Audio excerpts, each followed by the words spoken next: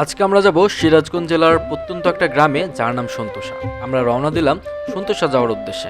গ্রামটা যমুনা নদীর তীর ঘেঁষেই অবস্থিত। গ্রাম্য পরিবেশ দেখলে প্রাণ জুড়িয়ে যায়, তাই এমন সুযোগ আমি কখনোই মিস করি না। জার্নিটা একটু রোমাঞ্চকর করার জন্য আমরা নৌকা ভ্রমণটাই বেছে নিলাম।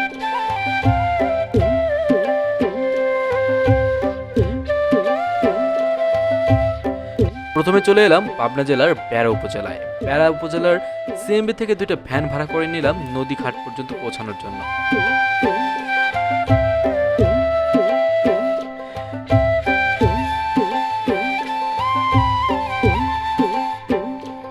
এরপরে কিছুক্ষণের মধ্যে চলে এলাম নদীর ঘাটে। যেহেতু নদীতে এখন একটাই নৌকা মানুষ পারাপার করছে, তাই নদীর ওপাশ থেকে এপাশে আসার জন্য আমরা কিছুটা সময় অপেক্ষা করলাম।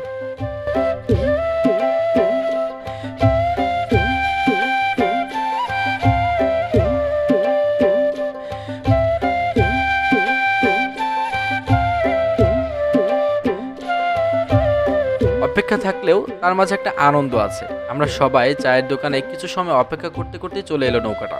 এবার পালা নদী পার হওয়ার। যাই বলেন না কেন, নৌকা ভ্রমণের আলাদা একটা অনুভূতি তৈরি করে। মনে হয় নদী যেন কত পরিচিত একটা অংশ, হবেই না কেন, কারণ আমাদের দেশকে তো বলা হয় নদীমাতৃক দেশ। তাই এই সুন্দর অনুভূতি উপভোগ করতে করতেই চলে এলাম গ্রাম সন্তোষায়।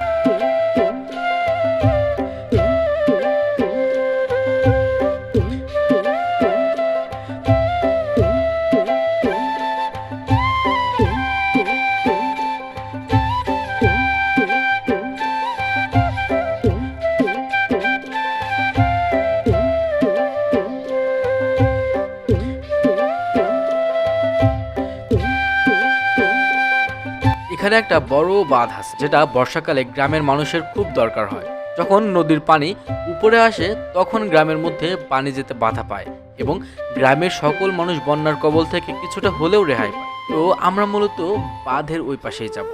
আরও মজার খবর, সেটা তো বলাই হয়নি, এখানেই আবার আমার আব্বুর মামা বাড়ি। বিষয়টা আরও জমজমাট হচ্ছে, তাই না? তো বেশ অনেকটা সময় জার্নির পর একটু রেস্ট নিলাম।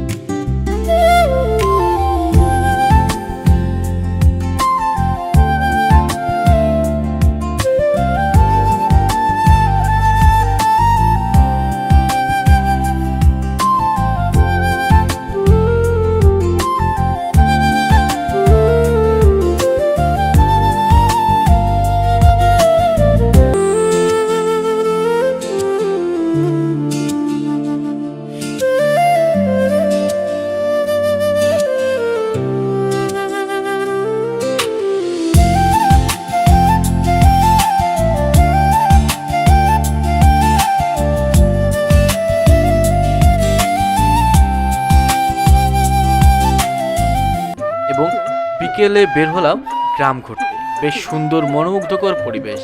আমি আরও অবাক হলাম, আমরা যেদিন আসছি সেদিনেই এই গ্রামে বিশাল ওয়াজ মাহফিল আয়োজন করা হয়েছে। সেই কারণে বাঁধের উপর লোক সমাগম অনেকটাই বেশি তুলনামূলক, কারণ এই বাঁধের উপরেই মেলা বসেছে। আমরা মেলায় ঘুরলাম কিছুটা সময়, সেখানে ঝালমুড়ি, ফুচকা, চা আরও নানা ধরনের খাবার খেলাম।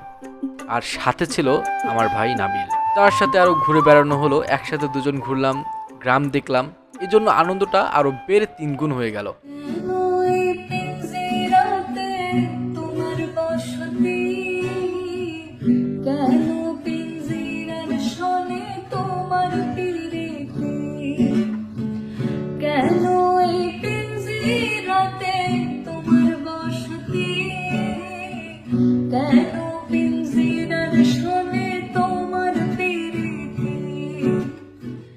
দেখতে দেখতে সন্ধ্যা নেমে এলো।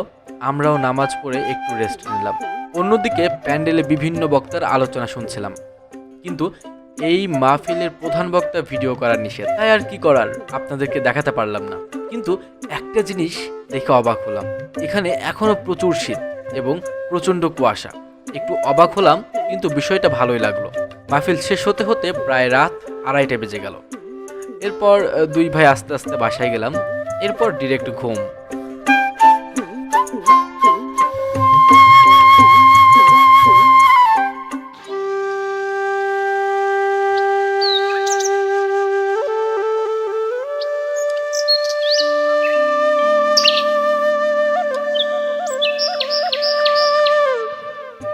পরের দিন আমরা সবাই চলে যাব, কিন্তু তারা কোনোভাবেই যেতে দিবে না। অবশেষে তারা বলল যে বিকেলে যেতে দিব।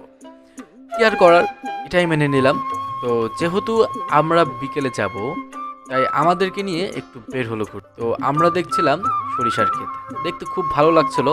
যদিও তারা বলল আর কিছুদিন আগে আসলে নাকি আমরা ফুলও দেখতে পেতাম, তবে আর কি করার, এখন তো আর দেখা সম্ভব না। তাই এভাবেই সুন্দর পরিবেশটা এনজয় করছিলাম।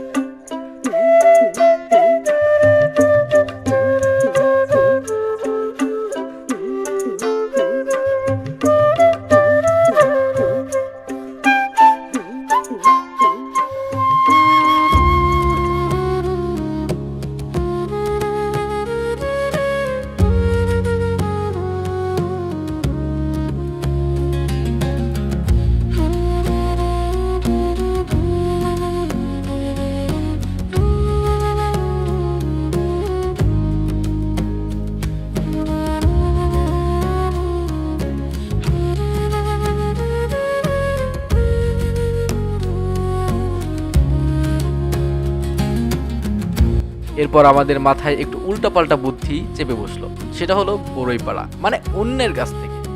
পরে মিশনে নেমে পড়লাম। একজন গাছ থেকে বড়ই পাড়ছে, আরেকজন বড়ই কোড়াচ্ছে। বাট মিশনটা দারুণ ছিল। পরে অবশ্য বড়ই গাছের মালিককে বিষয়টা জানানো হয়। তাহলে তো আর চুরি হলো না, তাই না? এভাবেই ঘোরাঘুরির পরে বাসায় এসে কিছু সময় রেস্ট নিলাম। দুপুরে খাওয়া দাওয়ার পর আমরা রেডি হয়ে গেলাম বাসায় ব্যাক করার জন্য। এরপর সবার থেকে বিদায় নিয়ে বের হয়ে পড়লাম এবং দেখতে দেখতে বাসায় পৌঁছে গেলাম। এই রোমাঞ্চকর জার্নিটা আমার কাছে দারুণ ছিল। আপনারা কমেন্টে জানাবেন কেমন লেগেছে আপনাদের। চ্যানেলে সাবস্ক্রাইব করে পাশে থাকবেন। সবাই সুস্থ থাকবেন, ভালো থাকবেন। আল্লাহ হাফেজ।